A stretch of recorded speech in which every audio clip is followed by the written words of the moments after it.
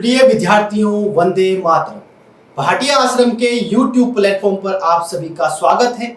आज की current affairs की कक्षा में हम चर्चा करेंगे 9 और 10 जुलाई के समाचारों पर आधारित महत्वपूर्ण प्रश्नों पर चर्चा को प्रारंभ करते हैं।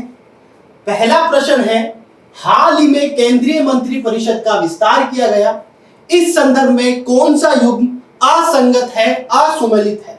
तो 4 विकल्प हमारे सामने मौजूद हैं। एक तरफ मंत्रालय मिनिस्ट्रीज के नाम है और दूसरी तरफ उनसे संबंधित मंत्रियों के नाम है। सहकारिता मंत्रालय श्री अमित शाह जी को बनाया गया है सहकारिता मंत्रालय का मंत्री, तो ये विकल्प बिल्कुल सही है। और श्री अमित शाह जी जो भारत के गृह मंत्री भी है और पहली बार स्वतंत्र भारत के इतिहास में पहली बार सहकारिता मंत्रालय बनाया गया है। और इससे हमें यह समझ में आता है कि सरकार सहकारिता को लेकर कितनी सीरियस, गंभीर है। दूसरा विकल्प है शिक्षा मंत्रालय श्री रमेश सिंह पोखरियाल। तो शिक्षा मंत्रालय श्री रमेश सिंह पोखरियाल को से छीन लिया गया है और इनकी जगह श्री धर्मेंद्र प्रधान को शिक्षा मंत्री बना दिया गया है। श्री रमेश सिंह पोखरियाल से लेकर यह मंत्रालय श्री धर्मेंद्र सिंह प्रधान को दे दिया है।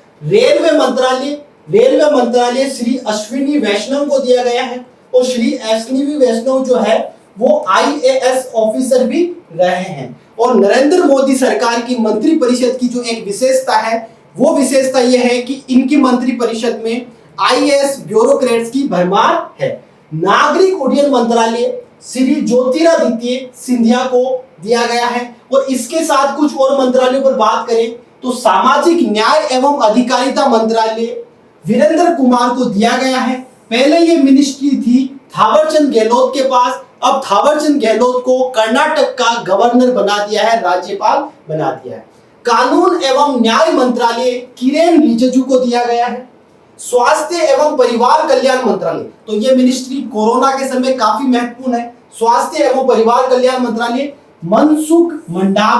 मनसुख मंडाविया को स्वास्थ्य मंत्री बनाया गया है। पहले हर्षवर्धन सिंह के पास ये मिनिस्ट्री थी।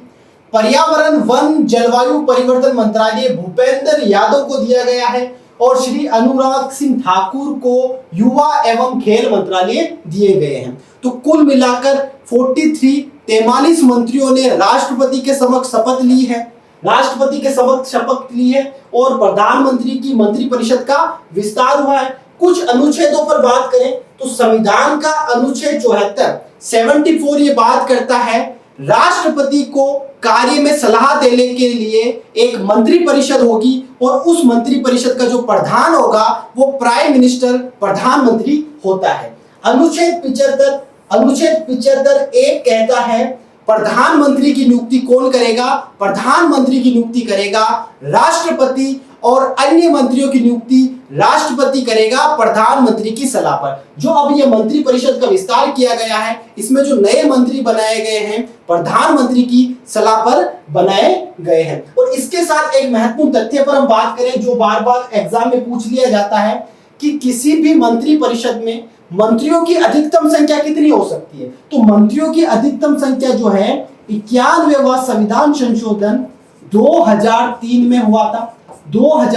हुआ था और इस संविधान संशोधन के माध्यम से यह बात कर दी गई कि मंत्रियों की जो अधिकतम संख्या है वह लोकसभा के कुल सदस्यों संख्या की 15% से अधिक नहीं होगी। और यही व्यवस्था राज्यों में भी है। राज्यों में भी मंत्री परिषद की मंत्रियों की अधिकतम संख्या जो है वो 15% से अधिक नहीं होगी। प्रश्न नंबर 2 पर बात करें, राजस्थान में शुरू की गई ग्राम रक्षक योजना का निम्नलिखित में से किस डिपार्टमेंट से संबंध है?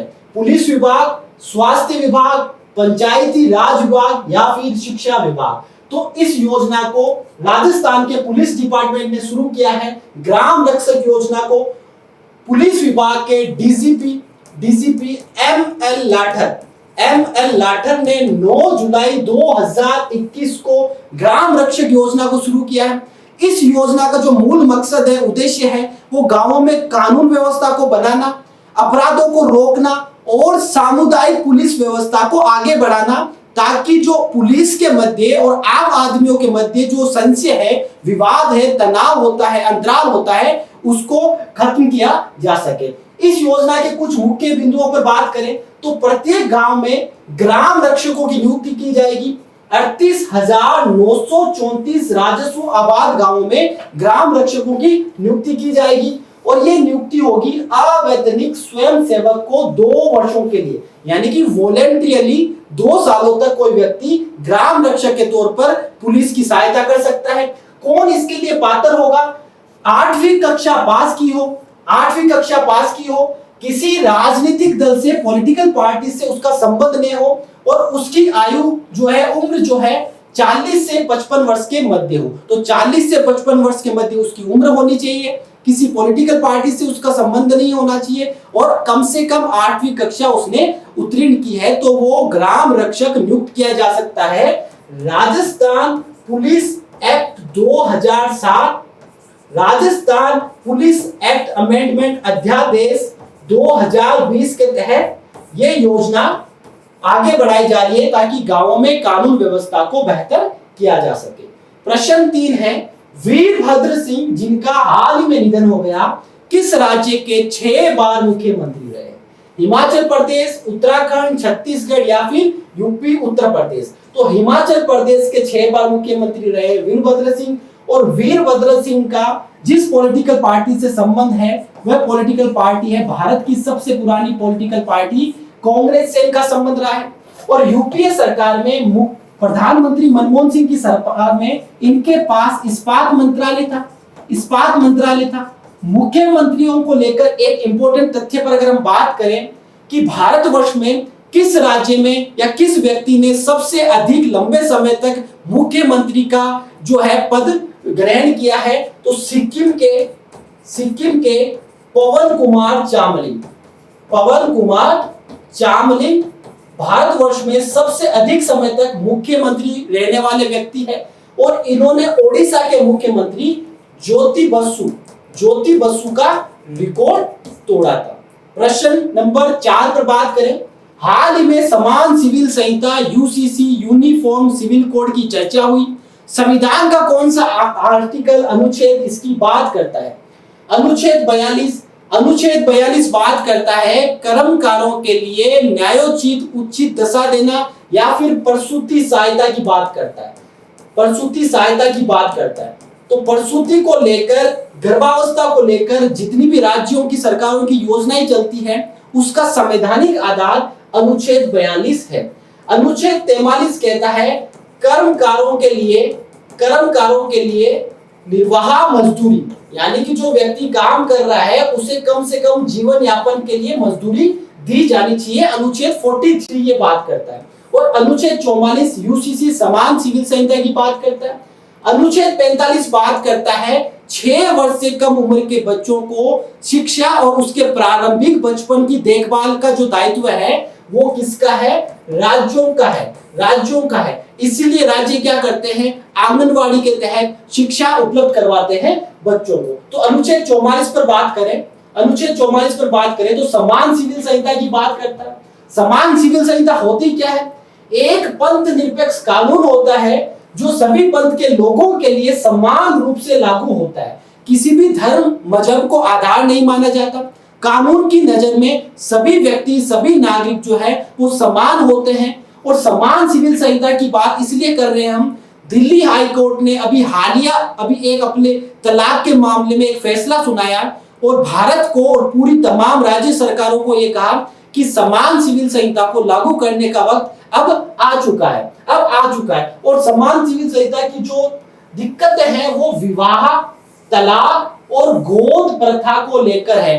क्योंकि हम देखते हैं भारत एक विविधता से भरा हुआ राष्ट्र है, विभिन्न धर्म, जाति, भाषा के लोग हैं और इसी कारण सभी धर्मों में अपने पर्सनल निजी कानून होते हैं। विवाह को लेकर, तलाक को लेकर, गोद प्रथा को लेकर, संपत्ति के उत्तराधिकार को लेकर, ठीक है। तो इसीलिए ये माना जा रहा है कि अगर एक ही कानून बना दिया जाए सबके लिए, तो जो अनुच्छेद 14 क्या बात करता है? विधि के समक्ष क्षमता की बात करता है, विधि के समानता की बात करता है, वो बात लागू हो जाएगी। और भारतवर्ष में गोवा एकमात्र राज्य है जहां यूसीसी समान सिविल संहिता लागू है। प्रश्न नंबर 5 समाचारों की सुर्खियों में रही दी हंगर वायरस मल्टीप्लाइज शीर्षक report. The hunger virus multiplies report किस संस्था ने प्रकाशित की थी? विश्व आर्थिक मंच, ऑक्सफैम, विश्व बैंक या फिर विश्व खाद्य कार्यक्रम। तो ये रिपोर्ट प्रकाशित की थी ऑक्सफैम ने। ऑक्सफैम ने ये रिपोर्ट प्रकाशित की, the hunger virus multiplies report. इस रिपोर्ट की मुख्य बात यह है कि भूखमरी के कारण लोग भूखमरी से प्रति मिनट पूरी दुनिया में 11 लोगों की मृत्यु हो रही है। तो ये जो तथ्य है, ये जो बात है, मानवता को शर्मसार करने वाली है और कोविड के दौर में ये समस्या और भी जटिल हुई है। और भूखमरी का जो सबसे बड़ा कारण माना जा रहा है, सबसे बड़ा कारण माना जा रहा है इस रिपोर्ट में, वो कारण है सैन्य संघर्ष। किसी देश में राजनीतिक हिंसा या जब सैन्य संघर्ष चलता है तब क्या होता है, भूखमरी की स्थिति विकट हो जाती है। दूसरा बड़ा कारण है कोविड-19 वायरस और तीसरा कारण है क्लाइमेट चेंज होना, जलवायु परिवर्तन का होना। और जलवायु परिवर्तन से क्या हो रहा है, कहीं तो बाढ़ हो रही है, कहीं सूखा हो रहा है, ठीक है, और इसी के साथ मौसम पैटर्न भी चेंज हो रहा है। अगर हम बात करें दुनिया के किन देशों में सबसे ज्यादा भूखमरी की स्थिति है, तो यमन में और यमन में इसलिए है क्योंकि यहाँ पर क्या है, राजनीतिक हिंसा चल रही है, हुत्ती विद्रोह का आप नाम सुनते होंगे। अफगानिस्तान में तालिबान आतंकवादी जो संगठन है, यहाँ की सरकार के साथ हमेशा तनाव बना रहता है। साहेल क्षेत्र ये अफ्रीका में है और इथियोपिया ये भी अफ्रीका का एक राष्ट्र है। तो ये एक सौभाग्य की बात है कि भारत का इस लिस्ट में नाम नहीं है, क्योंकि खाद्य सुरक्षा की दृष्टि से भारत में जो एग्रीकल्चर है वो अच्छी खासी हो जाती है। हरित क्रांति के बाद में हमने आत्मनिर्भरता हासिल की है और कोविड के दौरान प्रधानमंत्री अन्न कल्याण योजना ने भी लोगों को सहायता पहुंचाई है। ऑक्सफैम क्या है, ऑक्सफैम ने ये रिपोर्ट जारी की है। 1995 में ये संगठन बनता है, गैर सरकारी संगठन है, एक तरीके का ये एनजीओ है।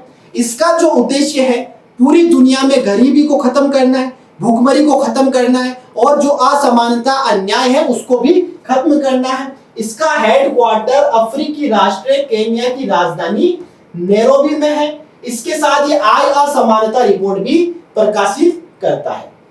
भारत ने किस पड़ोसी देश के साथ रेलवे नेटवर्क समझौता किया है? तो ये काफी महत्वपूर्ण एक एग्रीमेंट था। रेलवे नेटवर्क समझौता नेपाल के साथ किया है और इस समझौते में क्या है, इस समझौते में नेपाल और भारत दोनों देशों के जो प्राइवेट सेक्टर रेलवे नेटवर्क का इस्तेमाल कर सकते हैं। इससे नेपाल को ज्यादा फायदा होने वाला है, क्योंकि नेपाल जो है एक भू आबद या लैंड लॉक कंट्री है। इससे ये अपना जो निर्यात है भारत के बंदरगाहों के माध्यम से आसानी से कर पाएगा। और ये समझौता इसलिए भी महत्वपूर्ण है क्योंकि नेपाल का हाल फिलहाल में हमने देखा है चीन की तरफ इनका रवैया जुड़ा है, चीन के तरफ ये दोस्ती कर रहे हैं। तो और साथ ही साथ भारत के लिपू लेक और काला पानी क्षेत्र को लेकर भी नेपाल के साथ हमारे तनाव है। तो ये तनावों को कम करने वाला एक समझौता हो सकता है। प्रश्न नंबर 7, भारत के विदेश मंत्री जॉर्जिया की विदेश यात्रा पे रहे, ठीक है। तो जॉर्जिया की भौगोलिक अवस्थिति क्या है, इन 4 विकल्पों के आधार पर बताना है। पश्चिमी यूरोप, काला सागर के पूर्व में, भूमध्य सागर या फिर मध्य एशिया। तो जॉर्जिया की जो इन विकल्पों के आधार पर अगर हम भौगोलिक स्थिति बताएंगे तो काला सागर के पूर्व में जॉर्जिया की भौगोलिक स्थिति है। जॉर्जिया जो है वो पूर्वी यूरोप महाद्वीप का एक महत्वपूर्ण देश है। काला सागर के पूर्व में ये स्थित है और जॉर्जिया के उत्तर में जो है वो रसिया है। जॉर्जिया के साउथ में तुर्की या टर्की है, दक्षिण में टर्की है और साथ ही साथ आर्मेनिया और अजरबैजान की भी सीमा जॉर्जिया से लगती है। और जॉर्जिया की विदेश यात्रा पर भारत के विदेश मंत्री एस जयशंकर है। जॉर्जिया के राजनीतिक परिदृश्य पर बात करें तो 1991 तक यूएसएसआर सोवियत संघ का ये हिस्सा था, ठीक है। सोवियत संघ का विघटन होने के बाद 15 गणराज्यों का निर्माण होता है उन 15 गणराज्यीय देशों में जॉर्जिया भी एक है। और उसके बाद 1991 के बाद लगातार जॉर्जिया का रूस के साथ जो है वो तनाव चल रहा है। जैसे भारत पाकिस्तान के विभाजन के बाद भारत पाकिस्तान को जो तनाव है विभिन्न मुद्दों को लेकर, उसी प्रकार जॉर्जिया का रसिया के साथ भी तनाव है। इनमें से कौन सी खेल प्रतियोगिता फुटबॉल से संबंधित नहीं है? फीफा कप फुटबॉल का सबसे बड़ा भव्य आयोजन 4 सालों में होता है, प्रति 4 वर्षों में होता है इसका आयोजन। दूसरा यूरो कप भी फीफा कप के बाद दूसरा लोकप्रिय फुटबॉल प्रतियोगिता है। और यूरो कप का जो आयोजन है इसका फाइनल 11 जुलाई यानी कि आज ही हो रहा है, इटली और इंग्लैंड के मध्य।